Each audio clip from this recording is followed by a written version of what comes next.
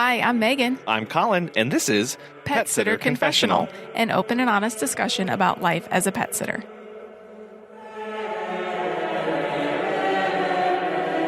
Hello, welcome to episode 206. Hello.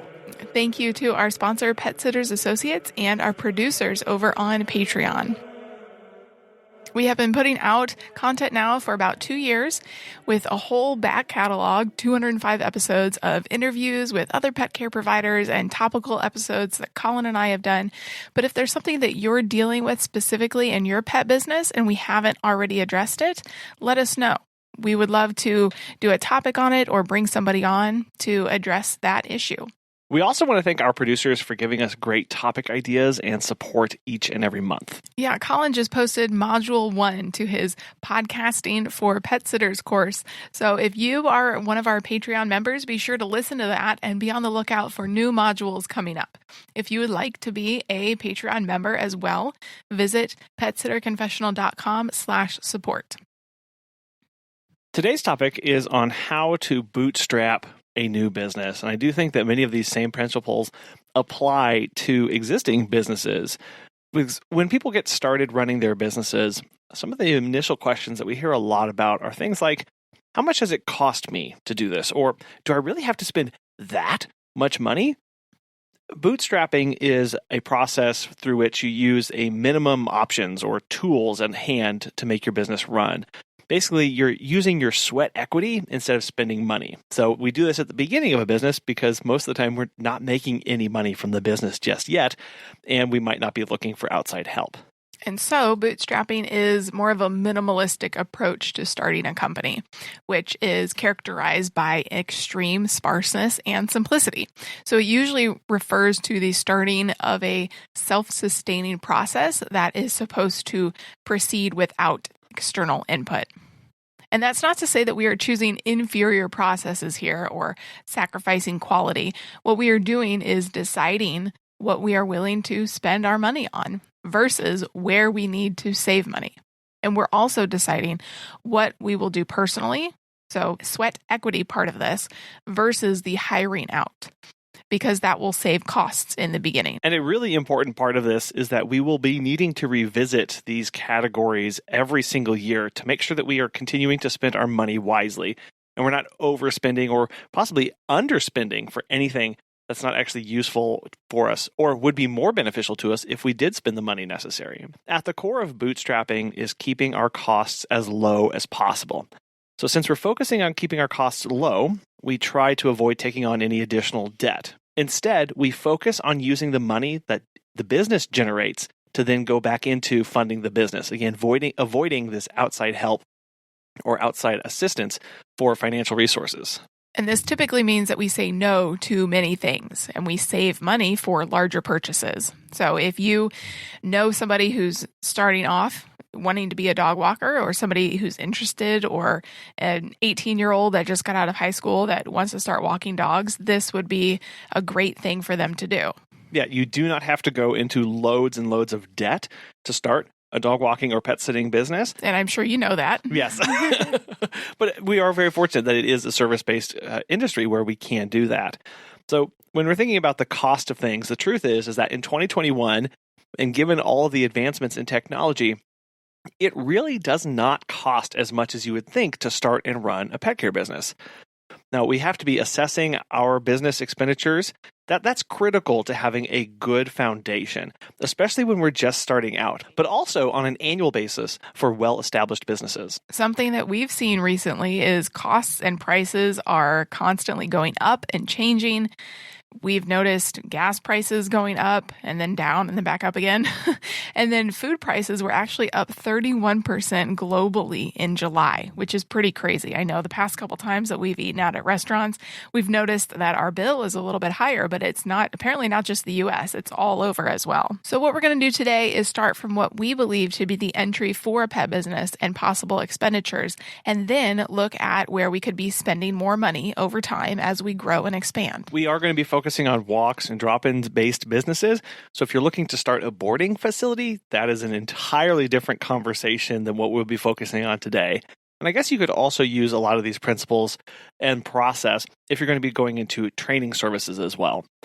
So if you've ever wondered about the options for starting and, more importantly, saving money for your pet business, this episode is for you. So what is the minimum options for starting a pet care business? Exactly how much money do you need to spend to start? And we're going to be looking at 4 major categories.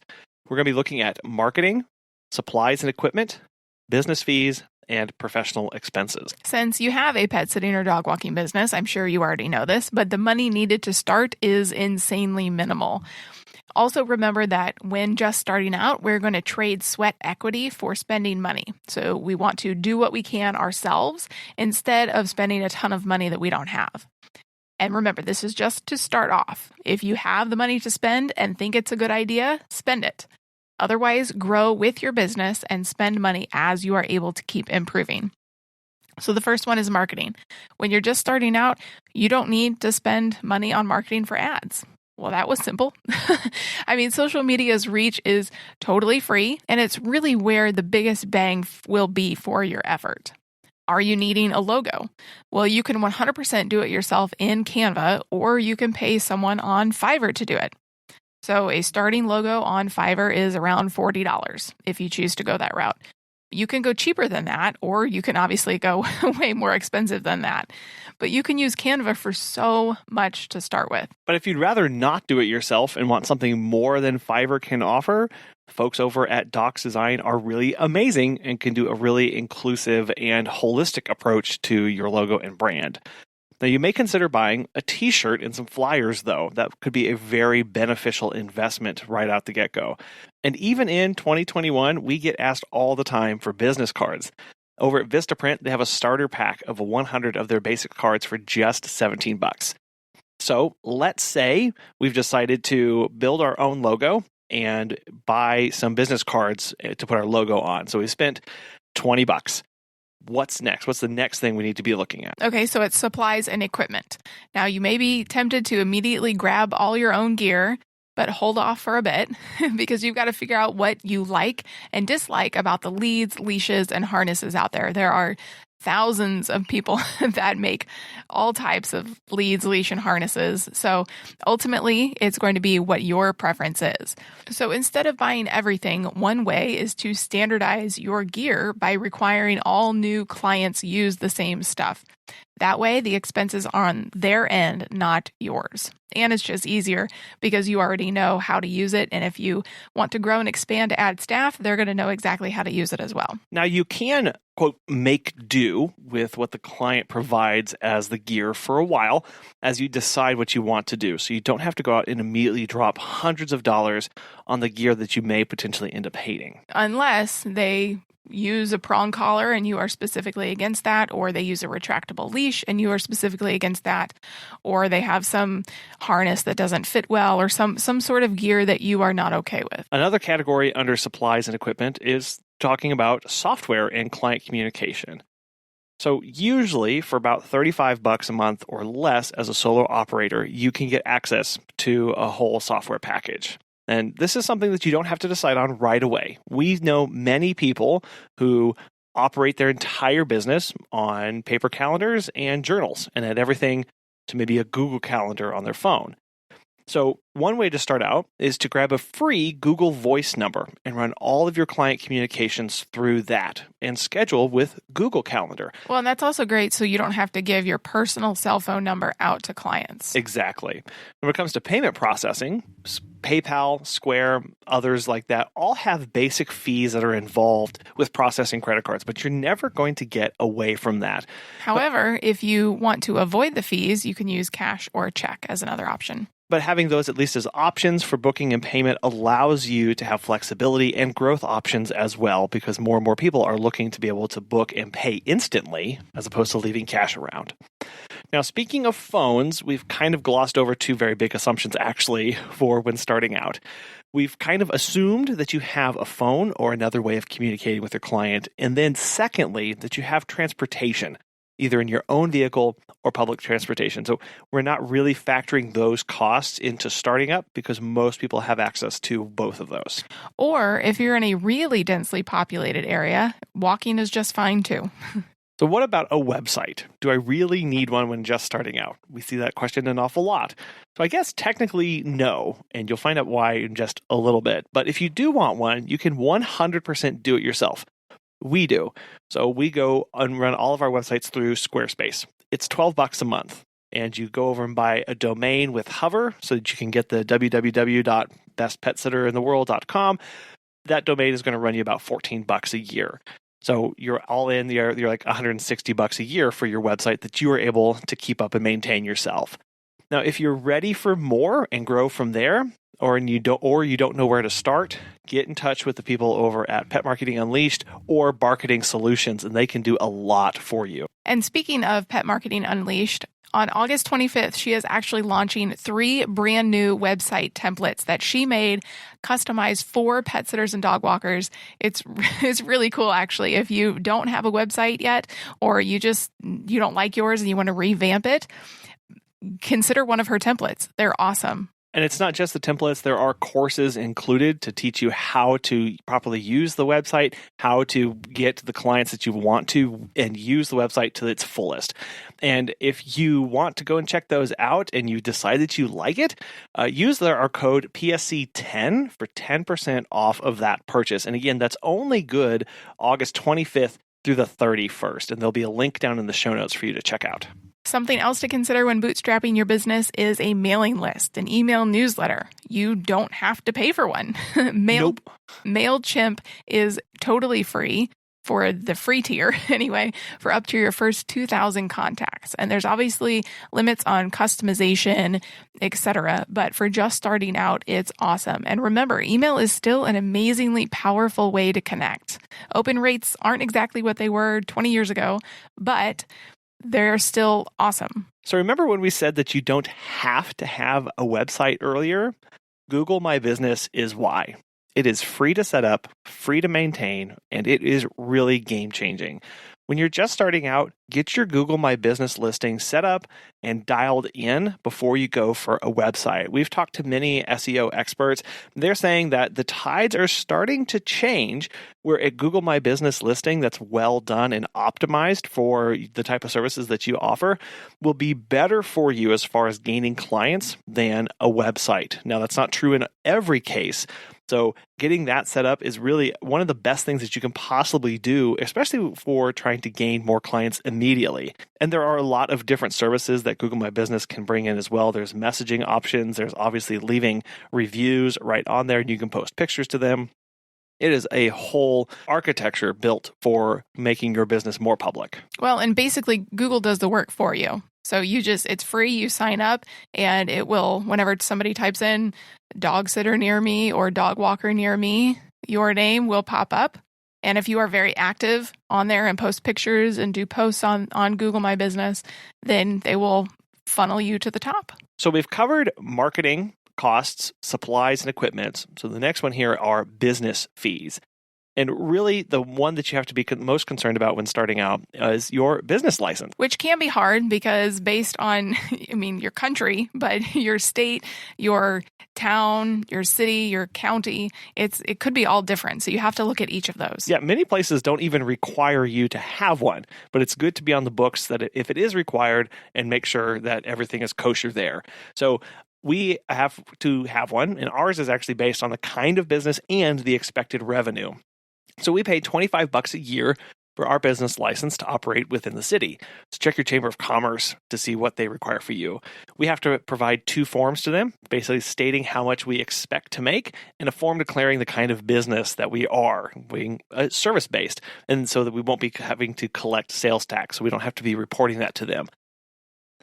On top of this, while it's not technically a fee, we should be setting at least 10% aside for our taxes at the end of the year, or if you're paying quarterly. So when you do get that payment from the client, taking 10% out and setting that aside so that you can pay your taxes when the time comes. It's not a fee, but it is an expense that many of us totally forget about. Speaking of taxes, do you need a tax accountant for your business when you start? Probably not, actually, but it depends on all of your circumstances. So this is not tax advice or legal advice in any stretch of the imagination. It's just thinking in the simplest context, you really most likely don't need one. Well, and we've been able to do our taxes by ourselves for the past 10 years. I mean, I really should say you have been able to do our taxes for the past 10 years. Yeah, but that will change as we grow and add staff and become more and more complicated, which is totally fine. You just can see where you want to be exerting those. And again, that's all about what bootstrapping is, where you want to be spending your time. When operating your business, you really do need to be tracking your expenses and understanding where your money's going. But so instead of paying for something like QuickBooks, which can be way too powerful for most of us, we use waveapps.com. It is 100% free. You link it to your business account, and then it will categorize all of the transactions through there. And then you can look at reports, profit and loss statements, income statements, and do all these sorts of projections and really cool things. And we did not find this on our own. It actually came from a recommendation from Walt Gavin. So thanks, Walt. Yeah. And then also don't forget about insurance. Seriously, depending on your services, the yearly rate will change. If you add staff, obviously it's going to change, but you need insurance. So it is really hard to give an exact number for exactly how much you'll be paying for insurance, depending on if you're doing boarding or pet taxi or all that good stuff. But a basic package for pet care insurance runs around $200 a year. So that's like $16, $17 a month. So up to this point, what have we done? Well, we've bought business cards for $20. We've also secured our business license for an additional $25, so we're up to $45, and we add that insurance on, so we're sitting at $245 for the year. Next are your professional expenses. So you aren't required to have pet first aid and CPR training, but you really do need it if you don't already have it. It costs around $45. ProPetHero.com is a great place to get it. You can get it online and you don't even have to leave your house. You can get 10% off with code CPR-PetSitterConfessional. And we're not just saying this because we have a discount code. We have the discount code because we strongly believe it's needed. When it comes to things like professional societies, do you have to join one? No. No, absolutely not.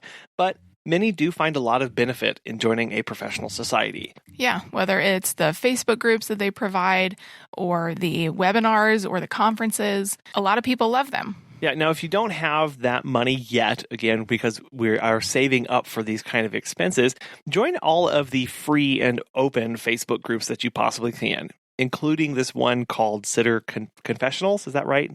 Join that one? Okay. That's a good one. And start networking with other pet sitters in your area and across the globe, and we'll have links to others in the show notes. Many people also consider trying to take additional trainings when they start out, and I think what you really need to do is assess what you already know and see where you can improve, either with a course, networking, shadowing somebody else, or again, additional experience through exposure. Yeah, always try to learn and grow. Courses, books, podcasts. Hey. I mean, podcasts are free to listen to, and you can always rent books out from your library, but make sure you use their interlibrary loan if they don't have the book at your specific library. You can usually get it from another library that they're connected with.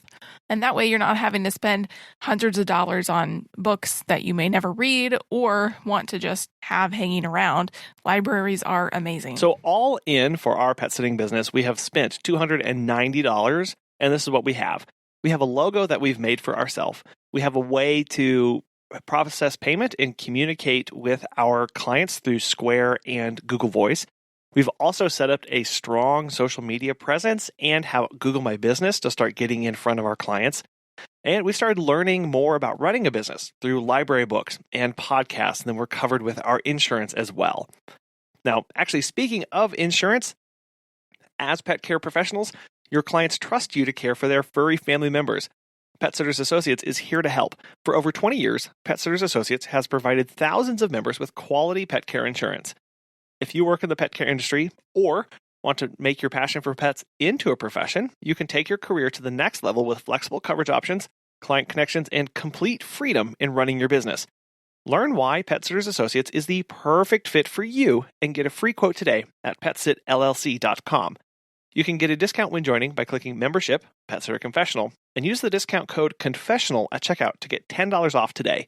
Check out the benefits of membership and insurance, once again, at PetsitLLC.com. We have our business. It's up and running. We spent $290 to get where we are. What would we recommend you do when you start earning money? Where should you invest in your business? Well, going back to bootstrapping, we're constantly looking at the trade-off between our own sweat equity and paying for something. So once your business is actually making money on its own and you're not having to fund it through other resources or taking on additional debt, it's time to see where you should start spending money. It's kind of like a choose your own adventure book. You know your strengths and your weaknesses, and the choices we may recommend right now might not be the same ones that you would make. And we'd love to know your thoughts and get your feedbacks on that thought process. So as we said in the beginning, bootstrapping is about trading time for money. Now we are going to be talking about trading money for time. So in our example, we didn't start off with a website, and instead we went with only a Google My Business. We'd spend the $160 a year for a website and domain through Squarespace and build something for ourselves. You could also choose something like Wix and buy a template through Pet Marketing Unleashed. We'd then go back and reassess our logo that we made in Canva for free. And we make sure that it's still working for us and it's working properly, but it might maybe need an upgrade through a designer. We've done a ton of episodes on what a logo is and how it's different than your brand, but you can also hear Doc's Design talk about it too in episode 191. And then as you grow, we'd strongly recommend a scheduling and an organization software. Time to Pet does sponsor us, but you don't have to use them. You can try out 2 to 3 different ones and see which is going to be the best fit for how you operate. They are all different and provide different things, so you want to have a good software that saves you so much time and headache. Plus, it's the first step in really automating things for your clients, like your booking process. So at this point, we've upgraded to a website, grabbed a new logo, and have scheduling software. So we're kind of really rocking it now. And honestly, this is where most businesses are currently, and they thrive for a really, really long time. They may be using free Google Voice, have a website they do themselves, and have automated portion for their business. This is where we can start looking at those professional fees and joining an organization so you can continue to learn and grow and get connected. Think of it as access to continued education for your business. And it is a business expense, remember that. I think something else that gets handed off at this stage is the accounting and tax stuff. You obviously still need to know your numbers and what things look like, but if your business is still self-sustaining and you're comfortable with what you're able to take home, and especially if you have staff, get an accountant. It's definitely money well spent. Speaking of staff, another big headache that many people have that they want to hand off as they add 2, 3, 4, 5 staff members is payroll. So whether you go through a service like Gusto or you pay somebody local to handle that for you, again, definitely money well spent. And as you continue to grow and add staff, there are services that you can pay for that will train your staff for you. Again, it all comes down to priorities and what you want. Maybe at this stage is when you decide it's for a total revamp and rebranding, so you can blow out your brand and website. Maybe you decide to take that money, invest it in a new business software and different business suite. The choice is yours to do with your money as you wish. So where do we stand at this point? We've built and are maintaining our website. We've paid a designer for our logo. We've opted for the business version of Google Voice that has some perks and additional features. We're using a pet sitting software for all client communications and booking. We're paying for t-shirts and other marketing supplies. We don't do paid ads. Organic reach on social is totally fine. And word of mouth too. Don't forget that. We're having the clients supply their own gear, and we're still using those amazing Facebook groups for help and ideas. Bootstrapping your business is never the same. If you were even to go back and repeat growing your business the same twice with this process, you would not end up in the exact same place because we're constantly making these judgment calls for what we're valuing at that time and what the business needs in that moment. So how one business bootstraps theirs is not going to work and would not work for somebody else in another place trying to bootstrap theirs. It's all in assessing your goals, your objectives, seeing what money you're earning, and what expenses you need to pay for. Right. So this is just our opinion about how one could bootstrap their business. This may not work for you. You may have differing opinions on what you should be spending your money on or not. Things that have worked for you, things that have not worked for you. We would love to know where you have invested in your business. What are your priorities?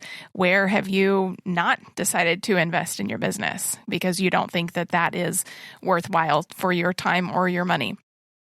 And really what you still enjoy doing that you haven't yet handed off to somebody else, or things that you have handed off that you don't like doing.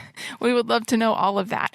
You can let us know at feedback@petsitterconfessional.com or on Facebook and Instagram at PetSitterConfessional. This week's Ask a Pet Biz Coach segment, Natasha answers the question, how do I be more mindful? Yeah. Being mindful in your routine is making sure you're not waking up to your phone or waking up to your computer or your notifications and letting that direct the day and the rhythm of what's happening from this day on. So I really like this question a lot because I think it happens. We're just like, I always ask clients, like, what do you have going on today? What's your schedule like? And they're like, well, I wake up and I'll get notification. Or actually, the first thing they say is, what change? Every day is different. It changes every day. It depends on what my clients are booking. It depends on how busy we are. And I'm like, listen, guys, we want to be mindful that our business is not controlling our rhythms and flows, but more so we are controlling it. So when I wake up in the morning, the first thing I do is put my feet to the ground. I plant it. I wake up, I drink 8 ounces of water. It is something that I've done, and it really actually just dehydrates my body from sleeping for the past 8 hours. And it really makes sure that my mind is ready to start. I then go and take my dog out. It is something that I enjoy. My 4 dogs, we like to pack walk together, and we'll go out for at least 30 minutes. And in that 30 minutes, I just think. I don't really have any purpose to it. It's just like, you know what? I just want to release my mind. I want to breathe. I want to smell the air. I want to practice gratitude. I want to put affirmations in the air. It's just the time that I get to kind of zone out. And then at that point, I start to come into my regular routines.